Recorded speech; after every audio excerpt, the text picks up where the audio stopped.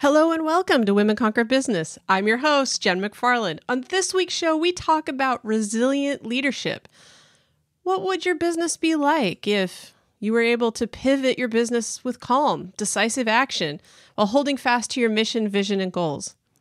Well, that's what we're going to talk about. It's time to flex those resiliency muscles. All that and more here on Women Conquer Business.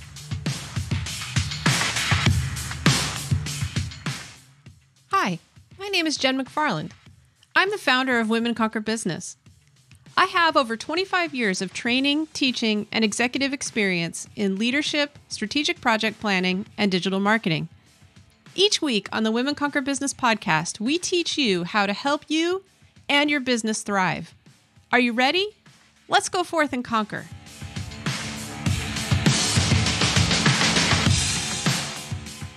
Do you know what would be really awesome?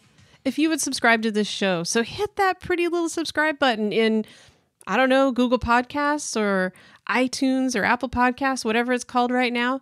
That would be super cool and totally awesome. So please take a minute, hit subscribe. Now back to the show. Okay, so welcome back to the show. We are going to talk about resilient leadership. We've talked about so many different things on this podcast revolving around COVID-19, how to pivot, market, all different types of things around your business. I just wanted to share with you what I think about resilient leadership. So we're going to talk about a few different things today. Finding some pieces of gold in the present landscape, which is, what we're calling the new normal. How to expand your mind to expand your reach. One of the things I've mentioned before is when the market contracts, you want to expand. So we're going to talk a little bit more about what exactly that means. How to focus on things that you can change while staying out of the busyness. And I think that this is a little bit difficult right now because we want to feel like we're moving things forward, but we're also adjusting and navigating, a lot of chaos presently with COVID-19 happening. So we tend to do things that keep us busy that may or may not be in our best interest. So focus on the things that you can change and staying out of the busyness. And then discerning what your top initiatives are, and then how do you promote in this new strange world that we're in. So let's talk for just a minute about the current landscape. Harvard researchers are predicting that epidemic could last into 2022, requiring some social distancing through that time. Between 25 and 75% of that time into 2022, we could be social distancing. And then we're also seeing, obviously, the rise in the contact-free economy. So it's like distance is the new black. Anything that you can do from afar without, touching another person. So, honoring the social distancing, that seems to be really where things are headed now, obviously, because we're forced into it. But also, people are finding gaps in the market and serving people in different ways. And so in some ways, this is probably never going to go away. We also have an increased reliance on local and regional services. So we are wanting to help businesses, small businesses, like probably yours and mine. So we are relying more on what's around us because it's just natural. If we want to help other people, then we're going to rely more on the people around us. So that's on the rise. We're also finding that human-to-human marketing is winning. So human-to-human marketing was coined by Mark Schaefer. He wrote an excellent book actually called Human-to-Human Marketing. And if you can pick it up, I totally recommend it.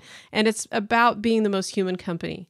Optimism and courage, will nurture the next normal to be better than before. I've been noticing on social media a real rise in anger and fear, sadly, kind of fear-mongering. So what I'm positing here is that optimism and courage will lead us into a better place than we were before. So when we talk about resilient leaders, the first thing is all about the mindset. So resilient leaders reset their mindset on a daily basis, really. So the way that you do that is you put your own oxygen mask on first. So take care of yourself, whether it's meditation or walking around or sitting in quiet, doing some yoga, journaling, whatever it is that you need to do to feel amazing and great and happy, do that first. Do that before you start focusing on other people. Take care of your needs first. So feed and water yourself, put on some clean clothes, do the laundry, some dishes, whatever it is, before you focus on your business, before you focus on too many of the other distractions, or, even your customers. Take care of yourself first. Open your heart to, joy and laughter, and understand that the more that we can laugh, we're lighting up all of the different parts of our brain, and we are feeling open and happy. And that's kind of about, when the market contracts, you expand. So expand your focus. Do what you can to think outside of what's immediately in front of you. Take a look around and see how other people are doing it, and see if you can find your little corner of doing it in the same way, but a little bit differently with your own spin on it. Be expansive in your thinking. And that kind of goes with when the market is contracting, you expand. So think bigger, and it opens doors to possibilities instead of focusing on the news and ruminating on all of that stuff day in and day out.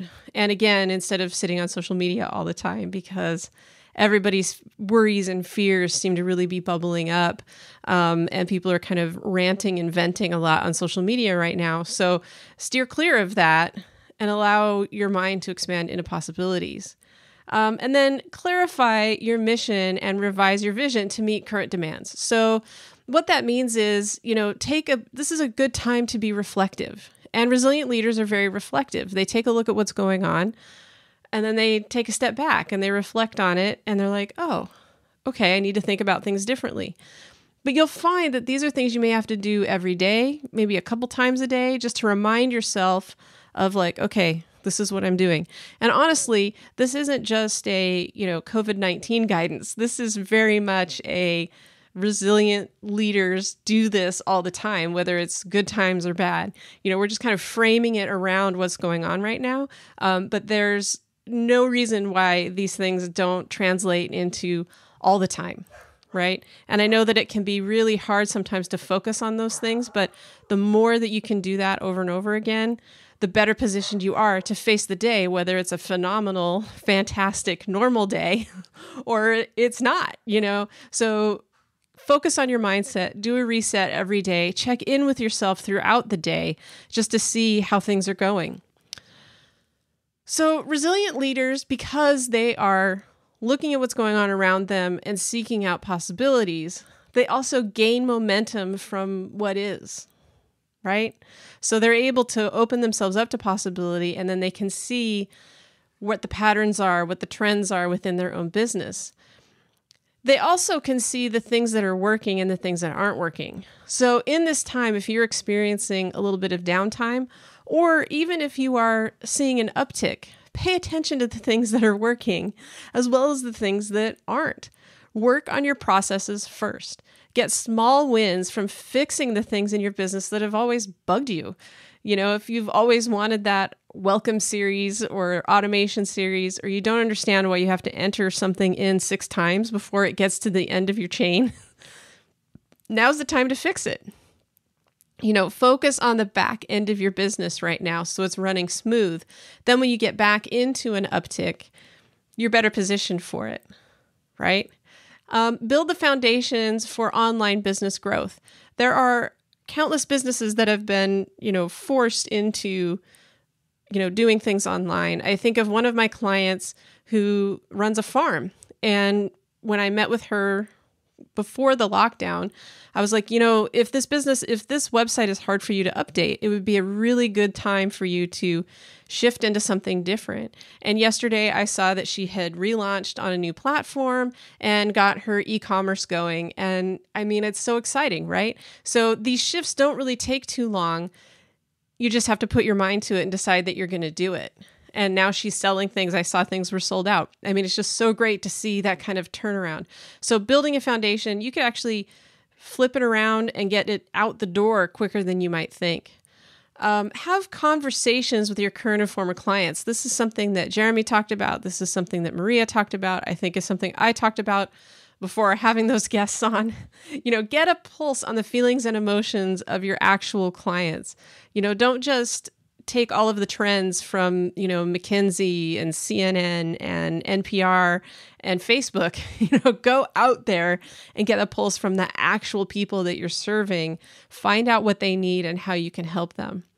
And then honestly, listening and reflecting, and giving air to everything that's going on before you try and, quote, figure it out is always good. Now, that said, we're living in a world where you don't have a 6-month launch. I mean, that's just not reasonable or really feasible right now. What could be going on 6 months from now might be very different from what's going on 2 weeks from now. So give it air, don't try to figure everything out. Act with, done is better than perfect is what Maria said last week. I think that this is really a time to give some things a little bit of air before you try and figure it out. Listen and reflect. Honestly, you can do that in the morning during your mindset reset and give some things some air, and then you'll start to figure it out and turn it around more quickly. So resilient leaders also pivot into market conditions. And what that means is, don't resist what the market is giving you. Like if the market is saying, if your former customers and your current customers are saying, I really want you to do this, this would help me more than anything. Resist the urge to be like, no, that's not really what I do. Don't resist what the market is giving you. If people are telling you how you can help and it's a minimum viable product for you to push it out. Do it. Turn it around quickly. Done is better than perfect, and get it out. That's what resilient leaders do. Make sure it's still on mission, but get it out there. Learn from the past. So the way that you've always done it, that's not really going to work anymore for a lot of people. So don't rely on it. But if there are aspects of the way you've always done it that still work, leverage that if the data is telling you that you can continue to do that. Also, analyze the data. If you've been tracking things like Google Analytics, metrics, KPI, if you have key performance indicators out there, things that you have been tracking for a long time, pay attention to that. Pay attention to what your customers are telling you, how you can help them. Look at expanding into different areas that you can, learn from people and expand into areas where you can make a little bit more revenue. So take what the market is giving you and be prepared to shift quickly and fail often. If you're pushing out products every, 3 or 4 weeks, I mean, some of them are going to stick and some of them aren't. So what I want to encourage you to do is be ready for that. Don't be crushed if you work on something in 2 weeks and it's not exactly right. This is good information. Whatever information you're getting is good information to help you move on to the next thing and move on to things quickly. So like I said, resilient leaders produce quickly. You don't take your eye off of your business's true north. You want to continue to be working within, the true north of your business and take aligned action. But you also want to be able to produce quickly and fail often. You want to be able to manage projects by breaking it up into several stages, turning things around quickly, and integrating some continuous improvement.